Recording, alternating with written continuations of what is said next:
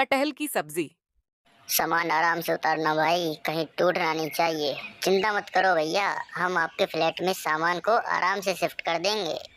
अरे बहू, मेरे लिए एक कप चाय बना दे।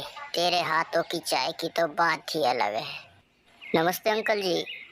नमस्ते बेटा। लगता है नए नए आए हों। जी अंकल जी, आज ही आया हूँ, बस सामान शिफ्ट कर रहा हूँ। आप भी इसी एरिया में रहते हैं क्या? हाँ बेटा, मैं भी इसी एरिया में रहता हूँ। वो कोने वाला फ्लैट मेरा ही है। लगता है ये लड़का हमारे सामने वाला फ्लैट में नया नया शिफ्ट हुआ है, अकेला ही लग रहा है। माँ जी, रात के खाने के लिए क्या बनाऊं? नीचे सब्जी वाला खड़ा है। एक काम करती हूँ, कटहल ले आती हूँ। हाँ ठीक है बेटा, कटहल ले आओ, मेरा भी मन था खाने का। मनु नीचे सब्जी लेने चली जाती है। शांति उसके उदास चेहरे को देख रही थी, लेकिन मनु ऐसी नहीं थी। वो पहले खूब हंसती बोलती थी। 2 साल पहले मनु के पति का देहांत हो गया था। फिर मनु अपने मायके चली जाती है। उसके घर वालों ने एक लड़का देखा जिससे उसकी दूसरी शादी कर सके, पर वो लड़का भी गलत था। फिर मनु ने शादी से इनकार कर दिया और अपनी बूढ़ी सास के पास पहुंच गई। भैया, 1 किलो कटहल दे दो। सब्जी वाले की आवाज सुनकर मोहित भी सब्जी लेने चला आता है। अरे कटहल, ये तो मेरी फेवरेट सब्जी है। भैया मुझे भी 1 किलो कटहल दे दो। मनु ने कटहल लिया और चुपचाप ऊपर फ्लैट में आ गई और कटहल की सब्जी बनाने लगी। मनु की रसोई की खिड़की से मोहित की रसोई की खिड़की साफ दिखाई देती थी। मनु की अचानक नजर मोहित की खिड़की पर पड़ी। मोहित आटे के डिब्बे को अलमारी में रख रहा था। अचानक डिब्बे का ढक्कन खुला और सारा आटा मोहित के ऊपर गिर गया। मनु ये देखकर जोर से हंसने लगी, मानो बहुत दिनों के बाद उसके मुंह से हंसी निकली थी। फिर मोहित ने भी थोड़ा सा मुस्कुराया। तभी शांति आ जाती है। अरे बहू, हंसना क्यों बंद कर दिया? तुम हंसते हुए बहुत अच्छी लगती हो। मोहित बेटा, मनु ने बताया कि तुम्हें कटहल की सब्जी बहुत पसंद है। तुम एक काम करना, आज रात का खाना हमारे घर ही खा लेना।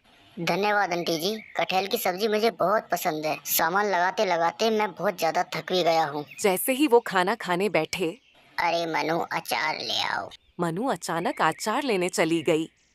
फिर शांत ने सारी बात बताई। इसीलिए ये बहुत उदास रहती है बेटा। तुम भी कुछ अपने बारे में बताओ बेटा। जी आंटी जी, देखिए मेरे माता पिता है नहीं, भैया और भाभी हैं। वो ज़्यादा मतलब रखते नहीं हैं। मेरी 2 साल पहले शादी के लिए बात हुई थी। लड़की ने मुझसे शादी के लिए इनकार कर दिया क्योंकि मेरे पास उस समय कार नहीं थी। लेकिन मेरे पास कार और फ्लैट आज दोनों हैं। मोहित की मनु से कभी कभी हाय हेलो हो जाती थी और जब लिफ्ट बंद होती तो मोहित शांति के सामान को ऊपर लाने में भी मदद कर देता था। शांति को मोहित पसंद आने लगा। देखो मनु, मैं चाहूंगी कि तुम जिंदगी को एक और मौका दो। तुम कहो तो मैं मोहित से शादी की बात करूं, और लगता है मोहित भी तुम्हें मन ही मन पसंद करता है। नहीं माँ जी, ऐसी कोई बात नहीं है। उसने कटहल की तारीफ क्या कर दी? आपको लग रहा है उसके मन में मेरे लिए कुछ चल रहा है। ना तो मोहित के मन में मेरे लिए कुछ है और ना ही मेरे मन में उसके बारे में कुछ है। फिर मनु अपने कमरे में चली जाती है। फिर कई दिनों तक मोहित अपने फ्लैट पर दिखाई नहीं दिया और उसके फ्लैट का भी ताला लगा रहता था। मनु ने एक दिन हिम्मत करके चपरासी से पूछ लिया। अरे दीदी, वो तो शादी के लिए गए हैं। ये सुनकर मनु उदास हो गई।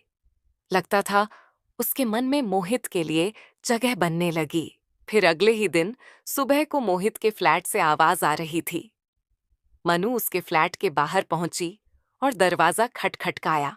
अरे इसे अंदर आना है, खुद आ जाओ। मैं बाहर नहीं आ सकता, दरवाजा खुला है। मनु ने देखा मोहित के दोनों हाथ चिपके हुए थे और वो कटहल काट रहा था। अरे ये क्या कर रहे हो आप?